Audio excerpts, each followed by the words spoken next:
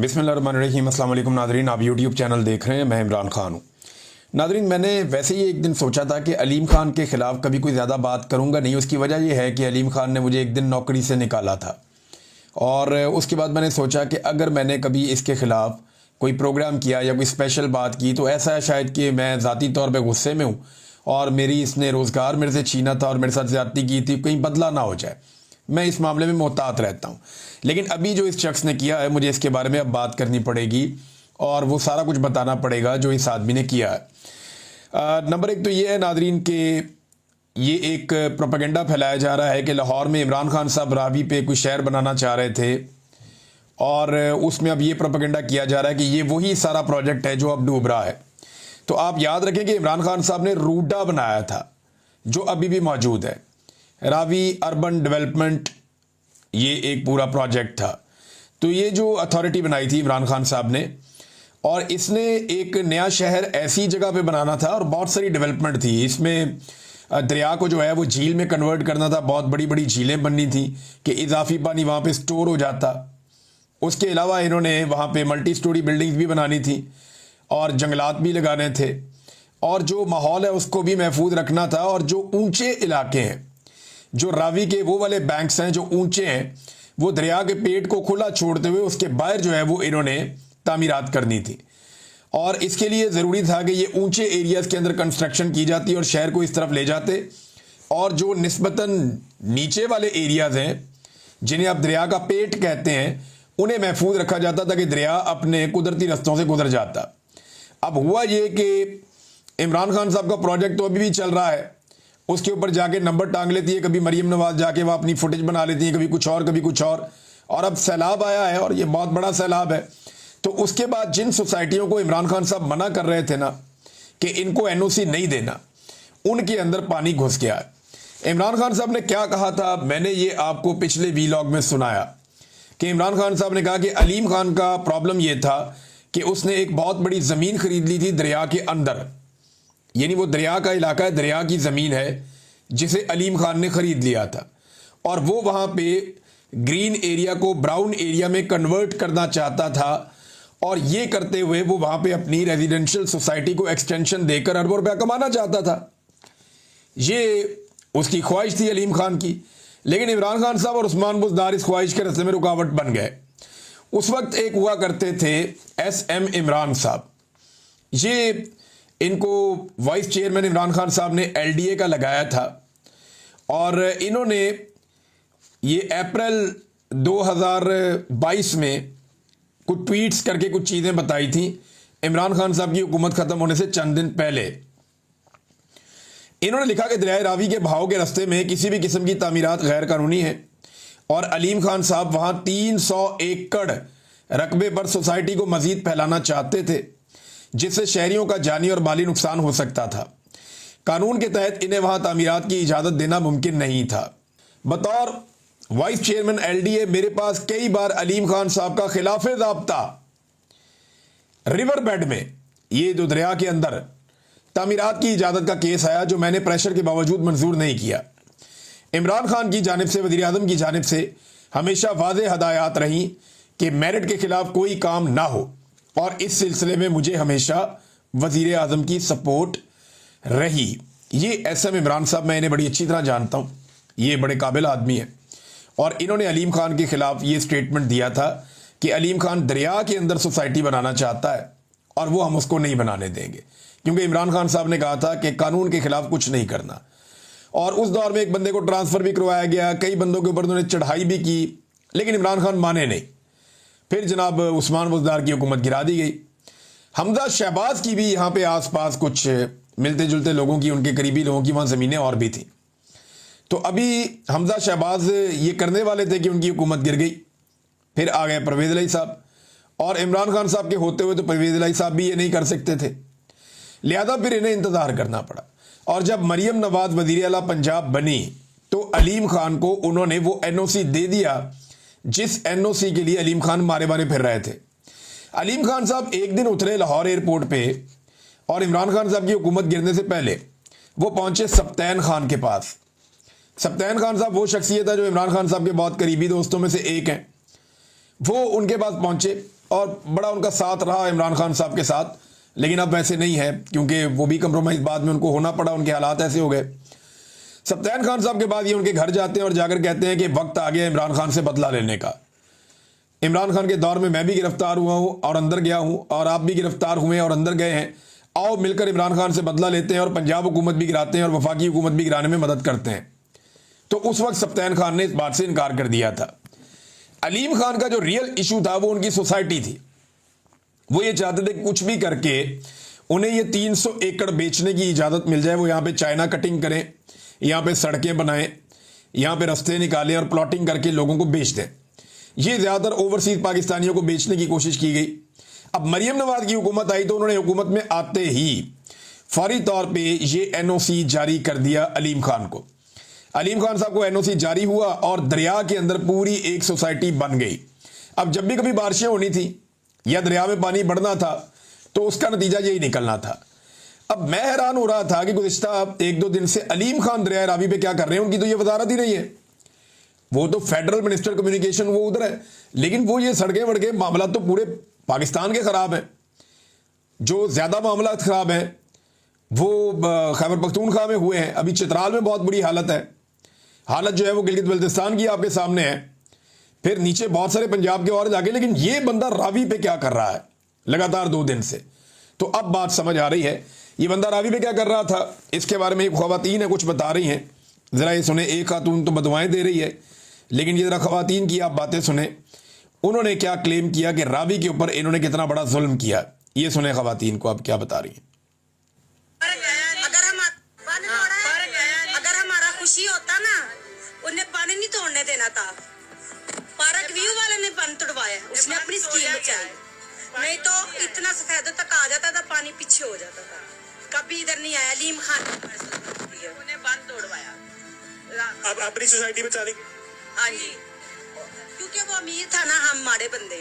हमने बच्चों के लिए बनाया अपना 10 तोले मैंने सोना बेच के बनाया, कर्जा भी उठाया। बात सुने ख़वातीन की, वो कह रही 10 तोले सोना भी बेच दिया, कर्जा भी उठाया, गरीब आबादी के अंदर अपना घर बनाया। हम गरीब थे ना तो हमारा बंद तोड़ दिया। ये फिर इसका मतलब है अलीम खान साहब दरिया के अंदर जो घूम रहे थे, ये बंद तोड़ने के चक्कर में घूम रहे थे कि मेरी सोसाइटी बच जाए। क्योंकि देखें ना, जब आप पानी को फैला देते हैं आबादियों में और उसको मुख्तलिफ रास्ते दे देते हैं तो फिर वो कुछ जगह महफूज भी हो जाती हैं ना। तो अपनी सोसाइटी को बचाने के लिए मुबैना तौर पे जो ये ख़वातीन कह रही हैं, एक और ख़वातीन भी रो रही थी, उनकी भी मैं वीडियो सुन रहा था, वो तो बदवाएं दे रही हैं बेचारी। ये सुने आप।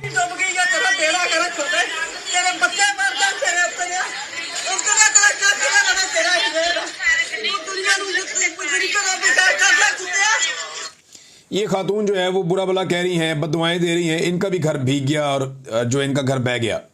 अब ये गरीब लोग हैं, इनके कच्चे मकानात थे, इन्होंने बेचारों ने बड़ी मुश्किल से, किसी ने जेवर बेच के, किसी ने मजदूरी करके, उधार पकड़ के इन्होंने अपने घर बनाए हुए थे। तो इनके बंद तोड़ दिए गए मुबैना तौर पे अलीम खान की सोसाइटी बचाने के लिए। सोसाइटी फिर भी नहीं बची और क्लेम उन्होंने किया जनाब कि हमारी सोसाइटी के अंदर कुछ भी नहीं हो रहा, आप लोग अपनी सोसाइटी के अंदर मौजूद रहें। और फिर जिस तरह उसके अंदर पानी दाखिल हुआ, पहली इतला ये आई कि जब सरकार को पता चला कि ये सोसाइटी डूबने वाली है तो उन्होंने वहाँ पे अनाउंसमेंट करवाई सरकारी बंदे भेजकर। तो उन सरकारी बंदों को इन्होंने डरा धमका के और उनके साथ बदतमीजी करके उनको अपनी सोसाइटी से बाहर निकाल दिया। और बाद में ये गर्म भी हो गए कि जनाब इन बंदों को ट्रांसफ़र किया जाए। सुना 1-2 लोगों की ट्रांसफ़र भी होगी, वहाँ पे काफ़ी बदतमीजी अलीम खान के लोगों ने की और अलीम खान ने भी इसका बड़ा गुस्सा किया। बाद में बंद वगैरह तोड़वा के इन्होंने अपनी सोसाइटी बचाने की कोशिश की, लेकिन सोसाइटी के साथ जो हुआ वो आपको बाद में बताता हूँ और दिखाता भी हूँ आपको। पहले आप ये देखें कि अलीम खान क्या क्लेम कर रहे हैं एक खुश्क जगह पे खड़े होकर दरिया के किनारे। ज़रा ये सुने आप। जितने भी बंद बनाए गए हैं बड़े महफूज हैं और अल्लाह का शुक्र है कि किसी एक शख्स को भी यहाँ से नकल मकानी नहीं करनी पड़ी और तमाम लोग जो हैं वो बड़े सुकून के साथ अपने घरों में सो रहे हैं। जिन्होंने यहाँ के लिए बहुत सारी बातें की थी कि ये पार्कों में बड़ा खतरा है, पार्कों में ये हो गया वो हो गया, अल्लाह का शुक्र है अल्हम्दुलिल्लाह पार्कों को महफूज रखा। बड़ी लंबी चौड़ी बात है। वो कहते हैं जी कोई एक बंद भी नहीं टूटा, कोई थोड़ा सा पानी भी नहीं आया, कोई एक बंदा भी है उसने नकल मकानी नहीं की। अब ज़रा ये आप देखें, कश्तियाँ चल रही हैं पार्क व्यू के अंदर, लोग नकल मकानी कर रहे हैं। पार्क व्यू की गलियों में कश्तियां चल रही हैं। लोगों ने ड्रोन फुटेज बना बना के भेजी है कि आधी सोसाइटी डूब गई है और जितना एरिया पार्क व्यू का बनाया गया था दरिया के अंदर वो सारा का सारा डूब गया है। इमरान खान का विजन था कि ये काम नहीं करने देना, लेकिन क्योंकि अलीम खान ने मिलिट्री एस्टेब्लिशमेंट के साथ मिलकर मदद की और इमरान खान की हुकूमत को गिराया अपनी इस सोसाइटी के लिए, और बाद में वादे के मुताबिक मरीम नवाज ने आते ही अलीम खान साहब को एनओसी दिया दरिया के अंदर सोसाइटी बनाने का, मुबैना तौर पे जो सर्कुलेट भी कर रहा है और खुद सोसाइटी का उसके ऊपर वो लेटर पैड है जिसके ऊपर लिखा हुआ है। तो अब मामला ये है कि किसको पूछा जाएगा, कौन पूछेगा। पहला सवाल तो ये है, जो बड़े सवालात अब खड़े हो गए हैं इस मामले को लेकर, जो सबसे पहला और बड़ा सवाल है वो ये है कि एनओसी क्यों अप्लाई किया गया दरिया के अंदर। इमरान खान के दौर में भी किया गया ना, बाद में भी किया गया, क्यों अप्लाई किया, किसने किया। नंबर 2, एनओसी किसने दिया और क्यों दिया। मरीम नवाज के दौर में दिया गया। फिर किसने कितना माल बनाया ये भी देखा जाए। इस एनओसी के बाद कितने प्लॉट बेचे और किस कीमत पे बेचे ये भी पता किया जाए। और ये जो नुकसान हुआ है पाकिस्तानियों का ये कौन पूरा करेगा। और अगला सवाल ये है कि क्या ये सोसाइटी अब यहां पे कायम रहनी चाहिए। ना सिर्फ ये सोसाइटी बल्कि बहुत सारी और सोसाइटी भी बनी हुई है, खाली अलीम खान नहीं है, और बहुत बड़े बड़े मगरमच्छ हैं जिनकी पूरी पूरी सोसाइटियां पानी के नीचे आ गई हैं, क्योंकि उन्होंने सोसाइटियां बनाई ही दरिया के अंदर थी। ये सोसाइटियां दरिया के बाहर थी ही नहीं। भाई दरिया के बाहर होती तो बच जाती। अब एक चीज है ही दरिया के अंदर, तो जब भी दरिया में पानी आएगा तो पानी तो अपने रास्ते से गुजरेगा। इन्होंने बंदशत बनाया, कह रहे हैं बड़े मजबूत बंद बनाए। वो बंद मैं देख रहा था मट्टी से कईयों के साथ और वो मशीनें लगा के, तो वो ये बंद बना रहे हैं। मट्टी का बंद भी कभी पानी के आगे रुका है, और वो भी कच्ची मट्टी का, ताज़ा मट्टी का बंद वहां पे लगा रहे हैं कि जनाब हम पानी को रोक लेंगे। तो पानी तो नहीं रुकता ऐसे, और ना पानी ऐसे रुका है। अब जो मनाजिर नजर आ रहे हैं, लोग चले गए ड्रोन कैमरे लेकर। जब अलीम खान ने स्टेटमेंट दिया उन्होंने अंदर से वीडियोस बना के दिखाई। उन्होंने कहा देखें जी ये क्या हालात है पार्क व्यू के, और सारी की सारी सोसाइटी डूबी हुई है। अब नाज़रीन बड़ा सवाल यह है कि एनओसी कैंसिल होना चाहिए। इन माफियाज के नाम जो है ईसीएल में डलने चाहिए। इन्हें फौरी तौर पे गिरफ्तार किया जाना चाहिए। लोगों के प्लाटों के और घरों के पैसे सूद समेत उन्हें वापस दिलवाने चाहिए, ताकि वो महफूज जगह पे जाके अपनी इन्वेस्टमेंट करें। इतने पैसों में वो डीएचए में प्लॉट लेके वहां घर बना सकते हैं, लिहाजा डीएचए का भी फायदा हो जाएगा। जरा वो ये सोच लें। तो इन लोगों के जो हैं वो पैसे वापस दिलवाए जाएं। अगर देखें मलिक रियाज पे गुस्सा इसी बात का है ना कि वो इमरान खान के खिलाफ गवाही नहीं दे रहा, और इस बात पे अलीम खान पे नजर करम है कि वो इमरान खान के खिलाफ जो मर्जी आप उससे करवा लेते हैं। लेकिन एस्टेब्लिशमेंट ये बात सोचे कि क्या पाकिस्तान को उन्होंने सिर्फ इमरान खान की जात पे रख के चलाना है, इसी बुनियाद पे आपने फैसला करना है। इतनी बड़ी ज्यादती तो बैरियर टाउन ने भी नहीं की जो इन्होंने पार्क व्यू वालों ने कर दिया अवाम के साथ, और दरिया के अंदर ही प्लाट बांट दिए इन्होंने। और दरिया जब आया अपने रास्ते के ऊपर तो घर सारे लोगों के बीच में बह रहे हैं। लोगों की गाड़ियां, कीमती सामान, वो सारा इनसे सूद समेत पैसा लेकर अवाम को वापस किया जाए। इन्हें गिरफ्तार, कोई भी मुल्क होता ना जहां कानून होता, थोड़ा सा भी ये आइन होता, तो वहां पे अलीम खान इस वक्त जेल में होता और बहुत सारे ऐसे लोग और भी इस वक्त जेल के अंदर होते। लेकिन देखिएगा ये माफिया इस मामले को कैसे हैंडल करता है, ये आने वाले वक्त में आपको दिखाई दे जाएगा। नाज़रीन जो टिकटॉकर्स ने किया वो अब साबित होना शुरू हो गया। यानी इन्होंने किश्तियां चला चला के बेड़ा गर्क कर दिया, और हेलीकॉप्टरों पे, कश्तियों पे, जो मैंने आपसे कहा था ना, ये उसी ट्रैक पे जा रहे हैं। अब तस्वीर बनाने के लिए सैलाब से 10 किलोमीटर दूर एक इलाका है, गांव, ये वहां पहुंचे हैं। मैंने वहां पे भेजे हैं डिजिटल मीडिया के लड़के, और वो लोग बताएंगे आने वाले घंटों में कि जिन लोगों को ये मिले उनके साथ इन्होंने क्या किया और वो लोग कहां से इकट्ठे किए गए। सारी तफसीलात वहां से भी आ जाएंगी। डिजिटल मीडिया रिपोर्ट कर रहा है, वरना रवायती मीडिया तो इस वक्त डरा हुआ है कि पता नहीं एस्टेब्लिशमेंट उन्हें खा जाएगी या उनके साथ उनको उठा के मुंह में डाल लेगी अगर उन्होंने सच बोला या आवाम की मिजरीज दिखाई या आवाम की जो बुरी हालत है वो इस वक्त उन्होंने दिखाई, तो पता नहीं पाकिस्तान की एस्टेब्लिशमेंट उठा के उन्हें अपने मुंह में डाल के चबा जाएगी। मीडिया तो ऐसे डरा हुआ है। लेकिन डिजिटल मीडिया के जो नौजवान हैं उन्हें मैं सैल्यूट पेश करता हूँ। ज़बरदस्त काम कर रहे हैं, हर जगह पे जा रहे हैं और जाकर हर जगह पे एक्सपोज कर रहे हैं हुकूमत को। और हुकूमत का अगर बस चलता ना वो तो बताते सैलाब आया ही नहीं है, या वो सारा कुछ इंडिया के खाते में डाल के सेलेक्टिव फोटोज लगा के वो साबित करते कि उन्होंने सबसे बड़ी कुर्बानी दी है। देखिए पाकपतन के अंदर दरियाए सतलुज की वजह से बहुत बड़ी नकल मकानी हो रही है, कसूर में भी ये हो रहा है, वजीराबाद के हालात खराब हैं, दीगर कई जनूबी पंजाब के इलाके हैं वहां पे बहुत खौफ और जो है वो बढ़ता जा रहा है। हुकूमती जो आदादोशुमार आते हैं वो भी ठीक नहीं आते। हुकूमत ने रात को कहा पानी उतर रहा है, सुबह लोग वापस गए तो पानी दोबारा चढ़ रहा था। तो हुकूमत के पास भी सही मालूमात नहीं है। ख्वाजा आसिफ साहब ने जब ये कहा कि इंडिया का कसूर नहीं है और ये आबी जारहियत मैं इसे इंडिया की नहीं समझता, तो अब मेरे ख्याल में ये फैसला कर लिया गया है कि इसे फाइनली भारत की आबी जारहियत कहा जाएगा और तमाम नाकामियों का मलबा जो है वो भारत में डालने की कोशिश की जाएगी। अब तक पंजाब में लगभग 1800 देहात मुकम्मल तौर पे डूब गए हैं और ये बहुत बड़े बड़े रकबे हैं देहातों के, और इनमें बहुत बड़े पैमाने पर फसलें डूब गई हैं। लगभग 20-25% का नुकसान फसलों का अब तक हो गया है। 15 लाख से ज़ायद अफराद तकरीबन अब तक मुतासिर हो चुके हैं और ये सिलसिला अभी भी जारी है। जबकि टिकटॉकर्स को टिकटॉक्स बनाने के अलावा और कोई काम याद नहीं है। ये जहां पे मरियम नवाज साहबा गई थी वहां पे मीडिया गया, जाके लोगों से पूछा, उन्होंने कहा जी हमें तो टके की मदद नहीं मिली, हमें तो रेस्क्यू भी नहीं किया जा रहा। हालात इतने पतले हैं। यहाँ पे कुछ नौजवानों के इंटरव्यूज थे, वो बताते हैं जनाब हम तंग आ गए हैं, हमें कोई सहूलत फराम नहीं की जा रही। ये सुने आप एक नौजवान क्या कह रहा है। अस्सलाम वालेकुम। हमारी मीडिया से गुजारिश है कि हमारी खबर को ऊपर पहुंचाएं। ऐसे साहब और हमारे रांझा के मीडिया वाले खुद कश्ती में बैठ के झूठे ले रहे हैं और 2-3 बंदे बैठे हैं रेस्क्यू वाले, लेकिन वो 15-16 बैठे हुए हैं। हमारी बीवियों ने इतनी मिन्नतें की हैं, लेकिन वो बिठा रहे हैं, उल्टा गाड़ी निकालते हैं और कहते हैं हमें FIR दे देनी है आपके खिलाफ। देखें जी, वो कह रहे हैं जी हम आप पे FIR दे देंगे अगर बात करोगे तो। और 15-16 बंदे इंतजामिया के झूले ले रहे हैं कश्तियों के अंदर, अपने टिकटॉक्स बना रहे हैं, और वो जो है क्या नाम है अवाम, वो कहती है हमें बिठाओ तो उनको धमकी दी जाती है जी आपके ऊपर हम FIR करवा देंगे, मुकदमा दर्ज करवा देंगे। अब ये एक और साहब हैं, ये बता रहे हैं जी कि टिकटॉक ही बन रही है। सुने जरा बात। वो सिर्फ अपने, मैंने बताया ना आपको, टिकटॉकर है हमारी नज़र में, बस के अलावा कोई वो वजीर आला नहीं, कोई कुछ नहीं। एक टिकटॉकर है, जो लीडर है ना वो एक ही है, वो है जेल में। ये लोग कह रहे हैं जी हमें कोई सहूलत नहीं मिली। आगे फर्दर सारी चीज़ें बता रहे हैं कि हमें ना खाना पहुंचाया गया ना कुछ, और बहुत सारे नौजवान बता रहे हैं खाना भी नहीं पहुंचा हमें, किसी किस्म की मदद भी नहीं पहुंची हमें। फिर एक जगह पे वो बिरयानी बांटी जा रही थी, ऊपर स्टिकर लगा के वो बंदे ने डब्बा खोल के बताया जी बीच में चावल ही इतने से हैं और वो भी चने वाले। तो अजीबोगरीब हालत हमारी की हुई है इन्होंने, अपनी प्रमोशन पे इन्होंने कमर बांधी हुई है। हम जब खाना लेने आते हैं तो हमारी वीडियोज ऐसे बनाते हैं जैसे हम मांगने वाले हैं, तो लोगों की हद तक भी कर रहे हैं और लोगों को कुछ दे भी नहीं रहे। ये बड़े जालिम लोग हैं, ये हुक्मरानों ने इस दफा तबाही फेर दी है। नादरीन, जहां मैं ये सारी चीज़ें आपको बता रहा हूं कि हुकूमत मुकम्मल तौर पे नाकाम हुई है लोगों को इमदाद देने में या लोगों तक पहुंचने में, वहां देखें हमारी एक जिम्मेदारी भी है बतौर पाकिस्तानी। हम 25 करोड़ लोगों का मुल्क हैं और अगर हमारे लोग बहुत ज़्यादा भी मुतासिर होंगे सैलाब से तो end of the day 2-2.5 crore लोग मुतासिर होंगे।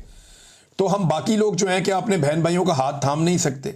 हम ये कर सकते हैं, हमें खुद आगे बढ़कर अपने पाकिस्तानियों की मदद करनी पड़ेगी, ये सोचे बगैर कि हमारा ताल्लुक किस पॉलिटिकल पार्टी से है, ये सोचे बगैर कि हम क्या काम करते हैं या ये शख्स हमें पसंद है या नहीं पसंद। ये सारी चीज़ें छोड़कर हमें पाकिस्तानियों की मदद करनी पड़ेगी। देखें, हुकूमत के अंदर तो ये दम नहीं है, ना उनके पास मैंडेट है, ना उन्हें अवाम ने मुंतखब किया है और ना वो अवाम का सामना कर सकती है। उनके हालात बहुत पतले हैं। तो इस मजबूरी को समझते हुए पाकिस्तानियों को आगे बढ़ना चाहिए और पाकिस्तानियों की मदद करनी चाहिए। मैंने बहुत सारी टीमों से बात की है जो मेरे साथ पहले काम कर रही थी फ्लड में, उन सबसे मैंने कहा जी आप देखें जाके और चेक करें हमें किन चीज़ों की ज़रूरत पड़ सकती है। हम पाकिस्तानियों से अपील करेंगे ताकि पाकिस्तानी जो सैलाब से मुतासरा इलाके हैं या जो लोग हैं उन तक जो इमदादी सामान है वो पहुँचाना शुरू करें। तो ये पाकिस्तानियों से अपील है कि जो जो सामान सैलाब मुतासरीन को चाहिए वो उन्हें पहुंचाएं। पंजाब के शहरी, खैबर पख्तूनख्वा के शहरी और आगे अब ये सिंध की तरफ जा रहा है तो वहाँ के लोग भी आपकी मदद के मुंतज़िर हैं। नाज़रीन, एक और ख़बर मैं आपके सामने रखता हूँ। ये एक प्रोजेक्ट था बड़ा मरियम नवाज़ का लाडला एक प्रोजेक्ट था जिसके ऊपर ज़ईम लगारी साहब ने एक दफ़ा कवरेज की और ज़ईम लगारी साहब ने बताया कि जनाब ये 2 नंबरी हो रही है और इसके अंदर करप्शन हो रही है प्रोजेक्ट में और ये 2 नंबर प्रोजेक्ट है। तो लाहौर डेवलपमेंट अथॉरिटी ने बाइक लेन मंसूबे को ख़त्म करने का फैसला कर लिया। मंसूबे के बाद सड़क पर रश मज़ीद बढ़ गया था और फ्लो मुतासिर होने लगा था, जिसके बाद शहरियों की मुश्किलात में इजाफा हुआ। डॉन अखबार के मुताबिक हादसात में 30% इजाफा हो गया था। ये वाला प्रोजेक्ट बनाने के बाद बाइक लेन के लिए नस्ब किए गए डिवाइडर्स हटा दिए गए हैं और सबज रंग तो वैसे ही धुल गया था पहली बारिश में। तो ये खबर जब ज़ईम लगारी ने दिया था तो उसका शुक्रिया अदा करने की बजाय उसको ISI उठा के ले गई, हफ्ता उसके ऊपर टॉर्चर करते रहे, फिर उसको छोड़ दिया और आज मुंह काला हो गया सबका कि वो डिवाइडर भी हट गए, वो रंग भी मिट गया। ये है इनका प्रोजेक्ट। इनकी हुकूमत भी इसी तरह जाली है जैसे इनके प्रोजेक्ट जाली हैं। एक दिन आप देखेंगे इनके चेहरों पे चढ़ा हुआ रंग भी उतर जाएगा और एक दिन आप देखेंगे जो रास्ते का एक डिवाइडर है एस्टेब्लिशमेंट की सूरत में वो भी हट जाएगा और फिर पाकिस्तान अपने ट्रैक पे आ जाएगा। और ये होना है अल्टीमेटली। अब तक के लिए इतना ही। अपना ख्याल रखिएगा, अपने चैनल का भी। अल्लाह हाफिज़।